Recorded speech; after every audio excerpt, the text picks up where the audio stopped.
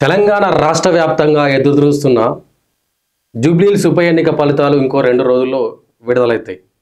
అసలు ఏ పార్టీ గెలుస్తుందన్న ఉత్కంఠ ఇప్పుడు మొత్తం అందరిలో నెలకొంది. ముఖ్యంగా ఇక్కడ 3 అంశాలు తెర మీదకి తీసుకొచ్చిర్రు పార్టీ అభ్యర్థులు. ఇటు జూబ్లీహిల్స్ కాంగ్రెస్ పార్టీ అభ్యర్థి నవీన్ యాదవ్, నేను లోకల్ బిడ్డ, నేను మీ బస్తీ పిల్లగాని, నాకు ఒక్క అవకాశం ఇయ్యరని ఇటు నవీన్ యాదవ్ చెప్తుంటే, గత 12 ఏళ్ళుగా ఇక్కడ బీఆర్ఎస్ అధికారంలో ఉంది.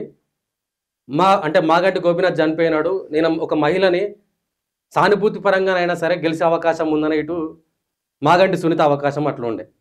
మరోవైపు బీజేపీ పార్టీ మాకు పార్లమెంట్ ఎన్నికల్లో ఇక్కడ 65,000 ఓట్లు వచ్చినాయి, సో ఇంకా కొన్ని ఓట్లు సంపాదించుకుంటే మేము కూడా బయటపడే అవకాశం ఉందని ఇటు లంకల దీపక్ రెడ్డి.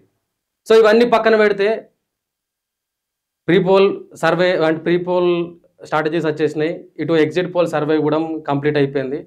అటు కొంతవరకు ఇటు ప్రధానంగా ఇటు కాంగ్రెస్ పార్టీకి మరియు బీఆర్ఎస్ పార్టీకి ప్రీపోల్ సర్వేలో గట్టి పోటీ ఉందని తెలిసింది. సరే, ఇలా ఎగ్జిట్ పోల్స్ వచ్చినాయి, ఎట్లా ఉన్నాయి అసలు? సో మాట్లాడదాం. పాలిటిక్స్ సార్ ఉన్నారు, ప్రశాంత్ గారు. సో ఈ అంశం మొత్తం క్లియర్ కట్గా తెలుసుకునే ప్రయత్నం చేద్దాం. అన్న నమస్తే. నమస్తే. ఎట్లా అన్న జూబ్లీహిల్స్ ఉప ఎన్నిక పోలింగ్ మీరు చూసినా ఉంటారు, ఎంత హోరాహోరీగా జరిగింది. అవును, ఇక్కడ ఎట్లా ఉంది అసలు పరిస్థితి? మీ సర్వేలో ఏ పార్టీకి ప్రజలు మొగ్గు చూపుతున్నారట్టు తేలింది? సో జూబ్లీహిల్స్ ఉప ఎన్నిక మనం మొదటి నుంచి అబ్జర్వ్ చేస్తే కొంత మీరు అన్నట్టు సస్పెన్స్గానే ప్రీ పోల్లో ఒక రకంగా, ఎగ్జిట్ పోల్లో ఒక రకంగా వచ్చింది. సో అంటే ఫైనల్గా ఎలక్షన్స్ అయిపోయిన తర్వాత వచ్చిన ఎగ్జిట్ పోల్స్లో మనం చూస్తే మా సంస్థ చేసిన సర్వేలో సో నవీన్ యాదవ్ మంచి మెజారిటీతో గెలవబోతున్నాడు. వేరే ఎగ్జిట్ పోల్స్ వాళ్ళు 2-3% అది చెప్పినా, సో మాకు ఇదివరకు ఉన్న ట్రాక్ రికార్డు, మాకున్న ఎక్స్పీరియన్స్ అంతా యూజ్ చేసి మేము శాంపుల్ కలెక్షన్ కానీ అక్కడ మిగతా విషయాలన్నింటినీ పరిశీలించిన తర్వాత తీసుకున్న శాంపుల్స్లో ఆల్మోస్ట్ 10%, 10-13%, అంటే 20,000 మెజారిటీ తోటి నవీన్ యాదవ్ గెలవబోతున్నాడు. అంటే మీరు ఫస్ట్ అంటే ఎలక్షన్స్ జరిగే ముందు 3 దశల వారీగా ప్రీపోల్ సర్వే చేసినారు. అందులో 2 టైమ్స్ కాంగ్రెస్ కు మెజారిటీ ఇచ్చినారు, ఒకసారి బీఆర్ఎస్ కు మెజారిటీ ఇచ్చినారు. ఏం జరిగిందంటే ఫస్ట్ సర్వే చేసినప్పుడు ఏం తేలింది, సెకండ్ సర్వే చేసినప్పుడు ఏం తేలింది, థర్డ్ సర్వే చేసినప్పుడు ఏం తేలింది? ఇది ఎన్నికల ముందు చేసిన సర్వే, లాస్ట్ సర్వే. సో ఇవి 2 ఎన్నికల ముందు చేసిన సర్వే, ఈ రెండింటికి వారం రోజుల గ్యాప్ ఉంటుంది. ఇది ఫస్ట్ క్యాండిడేట్స్ అనౌన్స్ చేయక ముందు చేసిన సర్వే. సో ఇది September 15th రోజు చేసిన. September 15th రోజు అప్పటికి కాంగ్రెస్ క్యాండిడేట్ ని అనౌన్స్ చేయలేదు, అండ్ బీజేపీ క్యాండిడేట్ ని అనౌన్స్ చేయలేదు. కాంగ్రెస్ ఎంఐఎం పొత్తుంటది అనేది కూడా క్లారిటీగా లేదు. సో అప్పుడు మనం సర్వే చేసినప్పుడు 3 పార్టీలు హోరాహోరీగా ఉన్నాయి. సో అప్పటికి మనం చూసుకుంటే బీజేపీకి 23%, కాంగ్రెస్ కి 34%, బీఆర్ఎస్ కి 29%, 30%, ఎంఐఎం కి 6%. సో ఎంఐఎం అప్పుడున్న ఆ సిచ్యువేషన్ చూస్తే 3 పార్టీలకు అవకాశం ఉంది గెలవడానికి. ఇది ఒక ట్రయాంగిల్ ఫైట్. సో అప్పటికి ఇంకా బీజేపీ క్యాండిడేట్ అనౌన్స్ చేయలేదు, కాంగ్రెస్ కూడా క్యాండిడేట్ అనౌన్స్ చేయలేదు. చాలా మంది క్యాండిడేట్ అనౌన్స్ చేయక ముందు జరిపిన సర్వే. సో ఆ టైంలో కాంగ్రెస్ పార్టీకి మీ సర్వేలో మెజారిటీ ఉందని తెలిసింది. ఇక్కడ మినిమం ఎంత పర్సెంట్ డిఫరెంట్, 5% డిఫరెంట్ లో ఉంది. సో అంటే ఏ సమీకరణల దృష్ట్యా ఆ టైంలో కాంగ్రెస్ పార్టీకి ప్రజలు మొగ్గు చూపెట్టారు అనొచ్చు. అప్పటికి ఇంకా బీఆర్ఎస్ పార్టీ తన ప్రచారాన్ని ఉధృతం చేయలేదు. అండ్ అప్పటికి అంటే మనకు ఓన్లీ ఒపీనియన్ పోల్ తోటే కాదు, అక్కడ ఉన్న మిగతా హిస్టరీ అంటే హిస్టారికల్ ఓటర్ డేటా అని చూస్తాం, demography and leadership at side ఉన్నారనేది కూడా చూస్తాం. అండ్ ఇంటర్నల్ గా అప్పటికి బీఆర్ఎస్ పార్టీ డ్యామేజ్ అవుతుంది, కవిత ఇష్యూ జరుగుతుంది, కవిత ఇష్యూ నెరేటివ్ లో ఉంది. ఎందుకంటే డ్యామేజ్ ఎందుకు? ఇక్కడ ముఖ్యంగా ప్రజలు కాంగ్రెస్ ప్రభుత్వాన్ని కోరుకోవట్లేదు, 2 సంవత్సరాలు విసిగిపోయారు, మళ్ళీ కేసీఆర్ పాలననే కోరుకుంటున్నారనే ఒక టాక్ కూడా వచ్చింది కదా, దాని ఒపీనియన్ ఏం జరగలే? ఇప్పుడు మీరు అన్నదే దాని గురించి మాట్లాడదాం. 2 సంవత్సరాలు అయింది ప్రభుత్వం వచ్చి. బీఆర్ఎస్ పార్టీ ఎన్ని ఎన్నికలు గెలిచింది? జూబ్లీహిల్స్ పక్కన పెడదాం. 2023 నవంబర్ తర్వాత 6 నెలలకు పార్లమెంట్ ఎలక్షన్ జరిగింది. పార్లమెంట్ ఎలక్షన్స్ 10 సంవత్సరాల అధికారంలో ఉండి 17 పార్లమెంట్లో పోటీ చేసిన పార్టీకి మా సంస్థ పాలిటిక్స్ సంస్థ ఎగ్జిట్ పోల్స్ లో, ప్రీ పోల్స్ లో మేము చెప్పినాం 3rd ప్లేస్ వస్తుందని. అట్లనే 3rd ప్లేస్ వచ్చింది. ఒక సీట్ గెలుస్తుందని మిగతా అన్ని సంస్థలు చెప్పినాయి. ఆ సీట్ లో కూడా 3rd ప్లేస్ వస్తుందని మేము పాలిటిక్స్ చెప్పినాం. మీరు గూగుల్లో కొడితే వస్తుంది, యూట్యూబ్ ఛానల్లో మీరు ట్విట్టర్ లో చూసినా కానీ వస్తుంది. సో ప్రజలు రిజెక్ట్ చేశారు కదా. సో ఇంకా బీఆర్ఎస్ మళ్ళీ ఎందుకు కోరుకుంటారు? అసెంబ్లీ అయిపోయింది, దాని తర్వాత గ్రాడ్యుయేట్ ఎమ్మెల్సీ ఎలక్షన్ జరిగింది ఇక్కడ, అది బీజేపీ కొట్టింది. ఆ జనరల్ ఎలక్షన్స్ తో పాటు కంటోన్మెంట్ లో ఒక బై ఎలక్షన్ జరిగింది, అది వాళ్ళ సీటే, అది ఎవరు గెలిచిరు? కాంగ్రెస్ గెలిచింది. అండ్ ఇంకో గ్రాడ్యుయేట్ ఎమ్మెల్సీ ఎలక్షన్ జరిగింది వరంగల్, నల్గొండ, ఖమ్మం, పల్లారాజేశ్వర రెడ్డి, అది వాళ్ళ సీటే, అది ఎవరు గెలిచిరు? కాంగ్రెస్ గెలిచిరు. ఇంకా ప్రజలు ఎక్కడ కోరుకుంటారు? ప్రజలు కోరుకుంటే వాళ్ళు కోటేస్తారు కదా, బీజేపీని కోరుకుంటారు. బీజేపీని ప్రధానమైన సరే opposition మీరు అన్నట్టుగానే ఇక్కడ బీజేపీ గురించి మాట్లాడుకుంటే జూబ్లీహిల్స్ లో పార్లమెంట్ ఎన్నికల్లో బీజేపీకి 65,000 ఓట్లు వచ్చినాయి జూబ్లీహిల్స్ నియోజకవర్గంలో. మరి వాళ్ళకు కూడా ఫేవర్గా ఉండాలి కదా, ఇక్కడ వాళ్ళ పర్సంటేజ్ ఎందుకు తగ్గినట్టు? అంటే ఇక్కడ క్లియర్ గా కాంగ్రెస్ పార్టీ బీజేపీ బీఆర్ఎస్ ఒకటే అని ప్రజలకు చెప్పడంలో సఫలమైంది. వాళ్ళు దాన్ని బ్రేక్ చేయడంలో విఫలమయ్యారు. సీఎం గారు అండ్ క్యాంపెయిన్ లో లీడర్లు ఏం చెప్పారంటే బీఆర్ఎస్ పార్టీని చేసిన అవినీతి పైన కాళేశ్వరం విచారణ చేసి కిషన్ రెడ్డి అడిగిండు, నువ్వు సిబిఐకి అప్పచెప్పి నేను గంటలు ఎఫ్ఐఆర్ చేపిస్తా లోపలిస్తా అన్నాడు. సో వీళ్ళు అసెంబ్లీలో తీర్మానం చేసి సిబిఐకి ఇచ్చారు. ఇంతవరకు ఎఫ్ఐఆర్ కాలేదు. సో మీరు ఒకటే అని చెప్పి సీఎం గారు ఎస్టాబ్లిష్ చేయగలిగారు. మిగతా లీడర్లు కూడా దాన్ని ప్రజల్లోకి తీసుకెళ్లగలిగారు. అండ్ రెండవది సేమ్ ఈ కార్ రేస్ కూడా గవర్నర్ దగ్గర పెండింగ్ ఉంది. ఇలా చాలా అంశాలు మా డెవలప్మెంట్ కూడా బీజేపీ సహకరిస్తలేదు, మెట్రో ఫేజ్ కి ఇస్తలేదు, ఇంకా XYZ అంశాలన్నీ బీజేపీని దోషిగా చూపెడుతుంది. ఎందుకంటే ఇక్కడ కాంగ్రెస్ బీఆర్ఎస్ ని పోటీగా పరిగణిస్తలేదు, బీజేపీనే వాళ్ళ శత్రువుగా చూస్తున్నారు.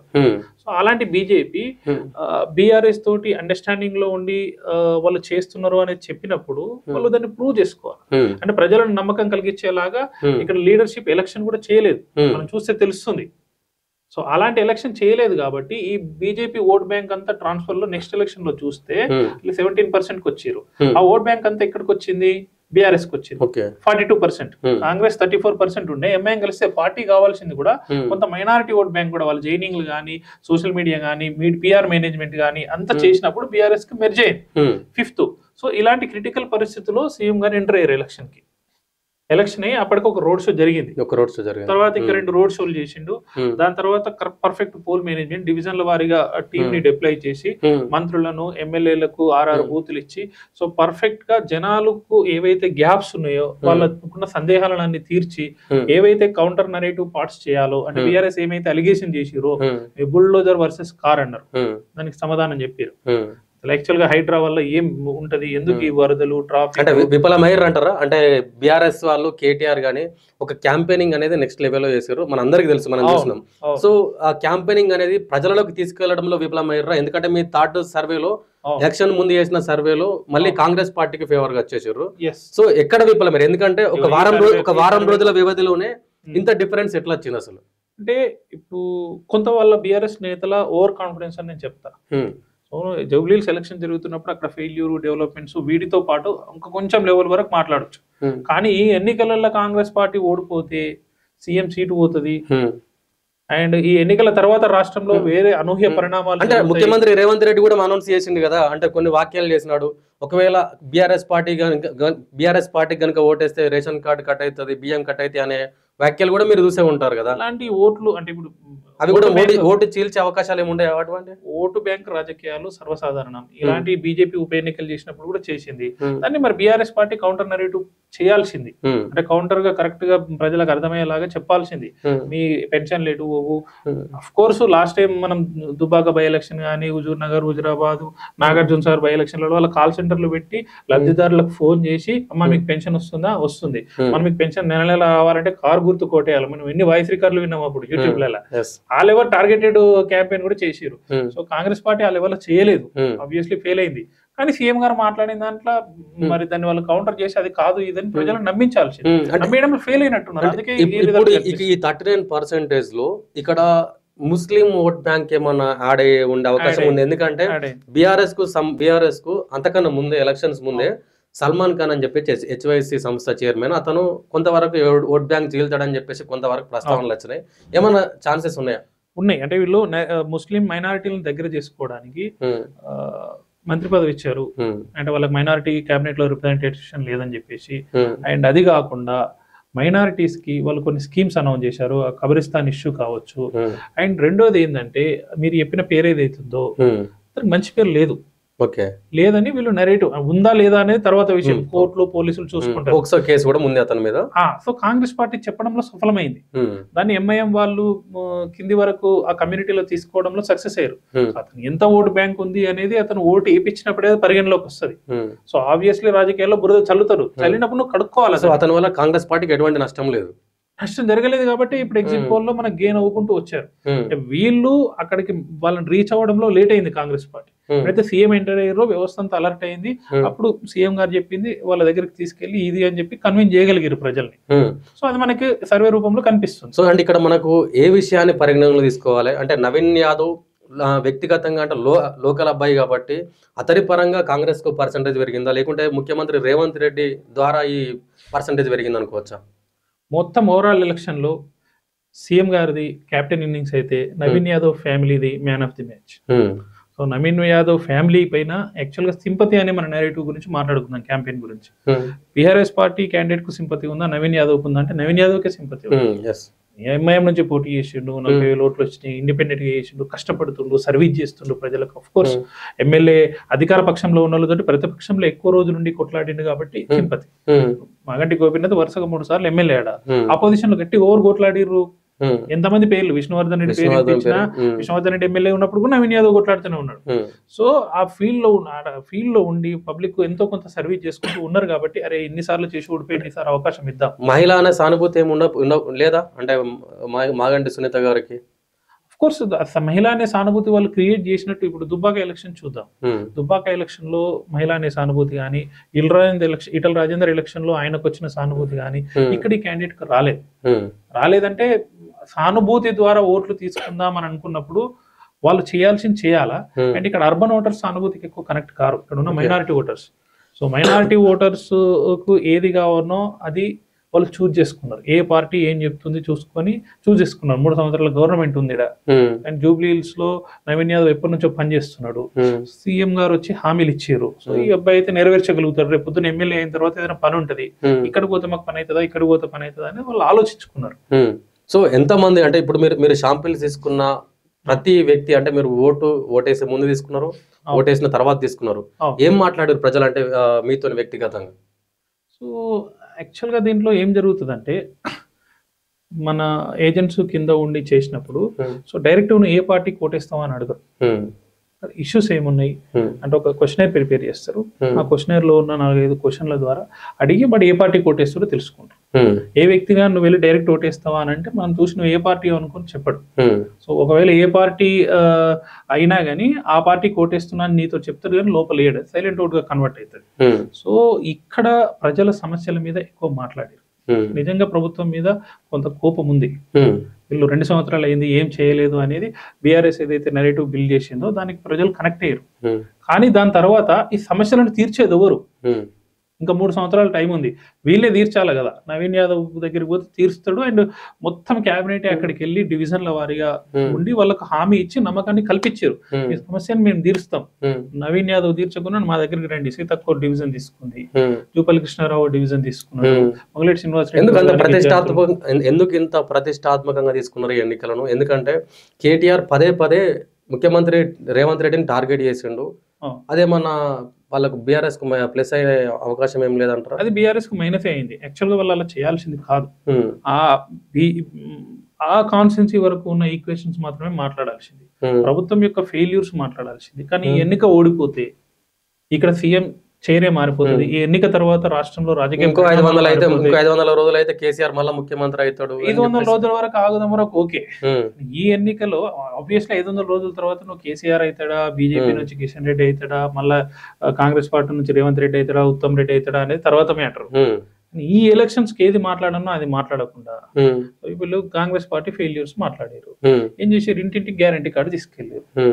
అంటే ఇంటింటికి తీసుకుపోయి ఏం చేసారు? కాంగ్రెస్ పార్టీ అని వాళ్ళు పరిచయం చేశారు, మళ్ళీ గుర్తు చేసారు కాంగ్రెస్ పార్టీని. ఇంకిన్ని ఇయ్యాలి కాంగ్రెస్ పార్టీ అంటే, అవును కదా నీకు ఓటేస్తే నువ్వు ప్రతిపక్షంలో నువ్వైతే ఇవ్వవు కదా, ఇంకా 3 సంవత్సరాలు ఉంది అంటే ఇంకా వాడు ఇస్తాడు. ఆ కాంగ్రెస్ పార్టీ ప్రజలలోకి కాంగ్రెస్ పార్టీని తీసుకెళ్లారు బీఆర్ఎస్ వాళ్ళు. ఎలక్షన్స్ లో స్ట్రాటజీ డిజైన్ చేసేటప్పుడు అంటే వాళ్ళకి ఎవరు డిజైన్ చేసిరో మనకు తెలియదు. సో మనం డిజైన్ చేసేటప్పుడు ఆలోచించాలి, మనం ఏం డిజైన్ చేస్తున్నాం, జనాలను ఏం నమ్మకం కలిగిస్తున్నాం, నువ్వు ఏమిస్తావో చెప్పు. అది ఇయ్యలేదు అని చెప్పి నువ్వు చెప్తున్నావు. నీ పార్టీ కూడా అధికారంలో ఉన్నప్పుడు 10 సంవత్సరాలు ఉండి అన్ని హామీలు నెరవేర్చినావు. దళితులకు 3 ఎకరాలు ఇస్తామని చెప్పారు. అంతెందుకు హైదరాబాద్ లో వరదలు వచ్చినాయి. ప్రజలకు ఆలోచన ఉంటుందా? 100% ఉంటది కదా. ఇప్పుడు బీఆర్ఎస్ కూడా కొన్ని చేసింది, పెన్షన్ స్ట్రీమ్ లైన్ చేసింది, హైదరాబాద్ లో చాలా ఇన్ఫ్రాస్ట్రక్చర్ డెవలప్ చేసింది, ప్రతి ఒక్కరికి లబ్ధి చెందేలా కళ్యాణ లక్ష్మి వాళ్ళే తెచ్చారు, రైతు బంధు వాళ్ళే తెచ్చారు, వాళ్ళంతా ఎంతో కొంత లబ్ధిదారులు ఉంటారు. ఈ గవర్నమెంట్ వచ్చింది, వీళ్ళకి కూడా పర్సనల్ గా బెనిఫిట్ జరుగుతుంది కదా. ఇప్పుడు అవన్నీ బస్తీలు కరెంట్ బిల్ వస్తుంది కదా, వాళ్ళకు ఉదాహరణకి ఫ్రీగా చేసుకుంటారు కదా, బస్ ఎక్కితే ఫ్రీగా ఉంటుంది. రేషన్ కార్డు అనేది 10 సంవత్సరాల నుంచి ఇయ్యలే, బస్తీలలో ఉన్న రేషన్ దొరకడం అనేది కష్టం. అలాంటిది సన్న బియ్యం దొరుకుతుంది. ఎన్ని రేషన్ కార్డులు అంటే అన్ని రేషన్ కార్డులు ఇచ్చారు. ఇవన్నీ వాళ్ళు లబ్ధి పొందుతారు కదా. వాళ్ళు ఉన్నప్పుడు అన్ని హామీలు చేయలేదు, కొన్ని చేశారు. వీళ్ళు ఉన్నప్పుడు కూడా కొన్ని చేశారు, మిగతాది చేస్తారు, టైం ఉంది అని ఉంటుంది తప్ప ఆపోజిషన్ వాళ్ళు చేస్తారని తెలియదు కదా. అంటే ఇప్పుడు మీరు ఇచ్చిన ఈ స్టేట్మెంట్ లో ప్రధానంగా బీఆర్ఎస్ కు కాంగ్రెస్ కు 3% తేడా ఉంది. ప్రీపోల్ ముందు రోజు చేసిన సార్. ఆ రోజు అంటే నైట్ మనకు తెలుసు ఎలక్షన్స్ అంటే విపరీతంగా డబ్బులు, మద్యం ఇవన్నీ వంచుతారు కదా. సో అక్కడ ఏమైనా తేడా వచ్చే అవకాశాలు ఏమైనా ఉంటాయా? 100% ఉంటుంది. నువ్వు ఓటర్ని పోలింగ్ స్టేషన్స్కి వెళ్ళేటప్పుడు కూడా వాడిని కన్విన్స్ చేయడానికి నీకు అవకాశం ఉంటుంది. అంటే పార్టీకి వాళ్ళు అలాంటి వ్యవస్థను బిల్డ్ చేసుకున్నారు. సో ఒక పిరమిడ్ స్ట్రక్చర్ బిల్డ్ చేసుకున్నారు. పై నుంచి డివిజన్ల వారీగా మంత్రులు, ఇన్ఛార్జులు, దాని కింద ఎమ్మెల్యేలు 6 బూతులు డివిజన్ చేసుకొని ప్రతి ఓటర్ మ్యాపింగ్ చేసి, అంటే వాళ్ళు ముందు ఓటర్ మ్యాపింగ్ చేయలేదు. కేటీఆర్ ముందు ఓటర్ మ్యాపింగ్ చేసి ఓట్ చోరీ అని మాట్లాడాడు. వీళ్ళు ఎలక్షన్ జరుగుతున్న 2 రోజులు ఓటర్ లిస్ట్ పట్టుకొని ప్రతి ఓటర్ని ఐడెంటిఫై చేసి పోలింగ్ బూత్ కి తెచ్చి వాళ్ళకి పాజిటివ్ గా ఓటు వేయించుకున్నారు. ఆబ్వియస్లీ మన అందరికి తెలుసు ఇంకా ఎలక్షన్స్ లో డబ్బులు పంచుకున్నారు. ఎలక్షన్ కమిషన్ చూడాలి, డబ్బులు పంచుకొని కేసులు పెట్టడము. వాళ్ళు పంచారు, వీళ్ళు పంచారు, వీళ్ళు చీరలు కూడా పంచారు. సో వాళ్ళని ఎట్లా కన్విన్స్ చేసుకోనో అట్లా కన్విన్స్ చేసుకున్నారు. సో పర్ఫెక్ట్ పోల్ మేనేజ్మెంట్ చేసుకున్నారు కాబట్టి సక్సెస్ అయ్యారు కాంగ్రెస్ పార్టీ. సో ఎప్పుడు అంటే ఎన్నికలు అయిపోయినాయి, ఫలితాలు ఇంకా 2 రోజులు ఉన్నాయి. మీ ఎగ్జిట్ పోల్ రిలీజ్ చేసారు. ఇందులో కాంగ్రెస్ పార్టీకి 13% ఫేవర్ గా ఉందని చెప్పేసి డైరెక్ట్ రిలీజ్ చేశారు. ఏం జరిగింది అసలు అంటే ఈ ఒక్క రోజులో? ఒక్క రోజు కాదు, 3 రోజుల్లో 3 days. మనం ఎప్పుడైతే 9th రోజు ఇచ్చినామో 8th వరకు కంప్లీట్ అయింది. 9th, 10th, 11th 9th, 10th, 11th ఈ ఎలక్షన్స్ ముందు ఏం జరుగుతుంది అదే పోల్ మేనేజ్మెంట్ చేసారు. పర్టికులర్ గా బీఆర్ఎస్ పార్టీని కంట్రోల్ చేసి, అంటే కంట్రోల్ అంటే బీఆర్ఎస్ పార్టీ లీడర్షిప్ ఎవరైతే మెయిన్ లీడర్షిప్ ఉన్నారో వాళ్ళు జైనింగ్ సంగమా చేసారు. బూతులలోకి వెళ్తే చాలా బూతులలో బీఆర్ఎస్ పార్టీ ఏజెంట్స్ లేరు. వాళ్ళు ఎందుకు కాన్ఫిడెంట్ గా ఉండి గెలుస్తామని బూత్ ఏజెంట్లు కూడా సరిగా లేకుండా 407 పోలింగ్ స్టేషన్స్ లో మీరు అన్ని పోలింగ్ స్టేషన్స్ కనుక విజిట్ చేసిన వాళ్ళని అడగండి. వాళ్ళు విజిట్ చేశారు కాబట్టి చెప్తారు. దాదాపు 30-40 పోలింగ్ స్టేషన్ లో బూత్ ఏజెంట్లు కనిపించలే మధ్యాహ్నం వరకు. సో బూత్ ఏజెంట్లే లేకుండా ఎలక్షన్లు గెలవడం అంటే ఒక వేవ్ రావాలి. మొన్న పార్లమెంట్ ఎలక్షన్ లో సికింద్రాబాద్ అదే దానం నాగేంద్ర నిలబడితే రాహుల్ గాంధీ వేవ్ అనేది కనిపించింది. ఇక్కడ ఈ పార్లమెంట్ లో నీకు ఆల్మోస్ట్ 2% కదా, 50,000 తోటి ఓడిపోయాడు. జూబ్లీస్ లో అందుకే లీడ్ వచ్చింది. బూత్ ఏజెంట్లు ఉన్నా లేకున్నా పోయి సింబల్ కేసు వస్తారు. అలాంటి పరిస్థితి బీఆర్ఎస్ పార్టీకి లేదు. ఇప్పుడు మనం మాట్లాడుకున్నట్టు ప్రభుత్వం వచ్చి 2 సంవత్సరాలు అయినా ప్రజలు ఇంకా యాక్సెప్ట్ చేయలే. అలాంటప్పుడు perfect poll management system establish చేసుకుని ఇంప్లిమెంట్ చేయాలి. సో వాళ్ళు ఎస్టాబ్లిష్ చేసుకుని ఎగ్జిక్యూట్ చేయడంలో ఫెయిల్ అయ్యారు. సో కాంగ్రెస్ పార్టీ సక్సెస్ అయింది. సో అది ఈజీగా మనకి ఎంత తేడా వచ్చింది మీరు చూడండి, పర్సెంటేజ్ వరకు చూసుకుందాం. ఇది 11 రోజు ఇచ్చిన ఎగ్జిట్ పోల్. ఇది వచ్చేసి ప్రీ పోల్ 9th రోజు ఇచ్చినాం. ఇక్కడ మీరు నవీన్ యాదవ్ కు 39% ఉంది. సో ఇక్కడ ఎంత పర్సెంట్ వచ్చింది? 46%. 7% గెయిన్ అయ్యి. అండ్ మాగంటి సునీత మనకు ఇక్కడ ఎంత ఉండే? 36% ఉండే. ఎంత తగ్గింది? 3% తగ్గింది. ఇది పాసిబుల్ అవుతుంది కదా మీరు ఫీల్డ్ లో చూసిన దాని ప్రకారం. బీఆర్ఎస్ పార్టీ 3% తగ్గడము, కాంగ్రెస్ పార్టీ 7% పెరగడం, ఇంత పాసిబుల్ అవుతుంది కదా. 3% అంటే 2 లక్షల ఓట్లు. 2 లక్షల ఓట్లలో 3% అంటే 6,000. 7% అంటే 14,000. పాసిబుల్ అవుతుంది కదా. 6% 6,000 మీకు తగ్గి 14,000 నవీన్ యాదవ్ పెరిగిందా? ఏమున్నా అంటే 10,000 ఓట్లలోనే ఇంతమంది అయితే మనం మాట్లాడుకున్న 3 రోజులలో ఈ తేడా చూపెట్టచ్చా? జరిగింది కదా. మీరు గ్రౌండ్ లో తిరిగారు కదా. 3,000 ఓట్లు తగ్గినాయా లేదా? 3 రోజులు తగ్గినాయి. నవీన్ యాదవ్ ఒక 10,000 నుంచి 15,000 ఓట్లు పెరిగినాయా లేదా? పెరిగినాయి. నేను అదే సర్వే ఇచ్చిన ప్రీ పోల్ కు ఎగ్జిట్ పోల్ కు. ఎందుకు ఇంత డిఫరెన్స్ వచ్చిందంటే వాళ్ళు నంబర్ గేమ్ ప్లే చేశారు. 407 పోలింగ్ స్టేషన్స్ లలో నంబర్ గేమ్ ప్లే చేశారు. Perfect voter mapping, house mapping చేసుకొని ఎక్కడ ఏ డివిజన్ లో గానీ ఏ క్లస్టర్ లో గానీ తగ్గకుండా యావరేజ్ మెయింటైన్ చేసుకున్నారు. సో అందుకని నంబర్ పర్ఫెక్ట్ గ్యాప్ 13% వెళ్ళింది. 3% నుంచి 13% వెళ్ళింది. సో అంటే మీ లెక్కనే మ్యాజిక్. చాలా సర్వేలు చెప్పినాయి. మొదటగా కొన్ని బీఆర్ఎస్ కు ఫేవర్ గా, ఇలా పోలింగ్ తర్వాత మళ్ళీ కాంగ్రెస్ పార్టీకి ఫేవర్ గా. అసలు ఎవరిని నమ్మచ్చు? ఎందుకంటే ప్రజలు ఎగ్జిట్ పోల్స్ లో మా ట్రాక్ రికార్డ్ చూడండి. మీరు తర్వాత పాలిటిక్స్ 2024 జనరల్ అసెంబ్లీ ఎలక్షన్స్ అని కొట్టండి, మా ట్విట్టర్ అకౌంట్స్ లో ఉంటాయి చాలా. ఇప్పుడు తొలి వెలుగు లాంటి క్యూ న్యూస్ లో మేము ఒక ప్రయోగం చేసినాం, లైవ్ సర్వే కండక్ట్ చేసినాం. అప్పుడు మెదక్ 3rd ప్లేస్ వస్తుందని ఆ లైవ్ సర్వేలో చెప్పినాం. దాని తర్వాత మళ్ళీ 2 సర్వేలు ఇచ్చినాం. భువనగిరిలో కూడా కాంగ్రెస్ పార్టీ గెలుస్తుందని లైవ్ లో చెప్పినాం, లైవ్ సర్వే చేసి రంగులు హాట్ బాటాలు ఏం చేయరు కావచ్చు, అంతే కదా. మేము ఒరిజినాలిటీకి నంబర్స్ బిలీవ్ చేస్తాం. అండ్ మేము మా సపరేట్ అప్లికేషన్ ఉంది మాకు. ఫీల్డ్ శాంపిల్స్ ఏ కాకుండా మేము మ్యాథమెటికల్ గా కంపోజిషన్ చేసుకోవడానికి సపరేట్ మేము ఒక అప్లికేషన్ డిజైన్ చేసుకున్నాం, దాన్ని వాడతాం. సో దాన్ని మ్యాపింగ్ చేసి ఒరిజినల్ అక్యురేట్ గా మేము పర్సెంటేజ్ తోటిస్తాం. మీరు ఎవరు చూడండి, పర్సంటేజ్ తోటి కాదు, +or-3 నంబర్స్. ఇప్పుడు 8 ఉన్నాయి అనుకోండి, 8 బీజేపీకి, 8 బీఆర్ఎస్ కు, 1 ఎంఐఎం కు, దాంట్లో 1-2 సీట్లు అటు ఇటు అయితే అని ఇస్తారు. మేము అక్యురేట్ గా ఏ పార్లమెంట్ లో ఎంత ఓట్ షేర్ ఇస్తుంది అనేది కూడా మేము పబ్లిక్ చేసినాం. మేము వచ్చిన రిజల్ట్స్ మ్యాచ్ చేసుకొని అక్యురేట్ ఉంటుంది. అంటే ఇప్పుడు మీరు ఇది డివిజన్ వైజ్ గా తీసుకున్నారా, లేకపోతే జస్ట్ ఓటింగ్ చేసిన వాళ్ళ శాంపిల్స్ ప్రకారంగా తీసుకున్నారా? అర్బన్ లో ఏంటంటే, అర్బన్ లో సర్వే చేసేటప్పుడు ఏం జరుగుతుంది అంటే, మనం వెళ్తాం రెహమాన్ నగర్కి వెళ్తాం, అక్కడ ఏదో ప్రాంతానికి వెళ్తాం, అక్కడికి వెళ్ళి మనం అడిగినప్పుడు అర్బన్ లో అసలు వాడికి ఓటు లేకున్నా మన ఒపీనియన్ మనం తీసుకుంటాం. ఓకే, అడిగినాం అనుకో, సార్ ఓటు ఉందని చెప్తాడు. ఓటు లేకుండా మన ఒపీనియన్ రికార్డ్ చేసుకుంటాం. మనం కొన్ని కాంబినేషన్స్ సెట్ చేసుకోవాలా. సో ఒక 2% మనం తీసుకుంటే, ఒక 1000 ఓట్లు ఉన్నాయి, దాంట్లో 2% అంటే 20 ఓట్లు మనం శాంపుల్ తీసుకుంటే, దాంట్లో చదువుకోనది, ఏజ్ గ్రూప్ వారిగా, క్యాస్ట్ కాంబినేషన్, రిలీజియన్ క్యాపేజ్, జెండర్ కాంబినేషన్ వచ్చేలాగా ఫార్మాట్ చేసుకొని మనం దాంట్లో ఒపీనియన్ తీసుకోవాలి. నువ్వు రోడ్ మీదకి వెళ్ళి ఓటర్ కానోడిది కూడా నువ్వు రికార్డ్ చేసుకుంటే, సో నీకు యావరేజ్ గా మొత్తానికి తేడా వస్తుంది. సో మేము మా అప్లికేషన్ లో ఏంటంటే కంప్లీట్ ఓటర్ డేటాబేస్ ఉంటుంది. పేరు అడగగానే ఆ ఏరియాలో వెళ్ళినప్పుడు కొడితే ఆ ఓటర్ ఉంటేనే ఒపీనియన్ రికార్డ్ అవుతుంది, లేకుంటే రికార్డ్ కాదు. సో అందుకనే మా సర్వే ఇంత అక్యురేట్ గా రావడానికి రీజన్ అది. సో ఏం చెప్తారు ఫైనల్ గా, అంటే జూబ్లీహిల్స్ అడ్డా ఎవరికి సొంతం అవుతుంది, మీ ఎగ్జిట్ పోల్ సర్వే ద్వారా ఏం చెప్పగలుగుతారు? మాకున్న కంప్లీట్ సర్వేలో ఉన్న మాకు ఎక్స్పీరియన్స్ కానీ అండ్ స్ట్రాటజీ అనాలిసిస్ లో ఉన్న మాకు ఎక్స్పీరియన్స్ ను వన్ సైడ్ గా నవీన్ యాదవ్ గెలవబోతున్నాడు పక్కా. అండ్ రేవంత్ రెడ్డికి సీట్ గిఫ్ట్ ఇవ్వబోతున్నాడు.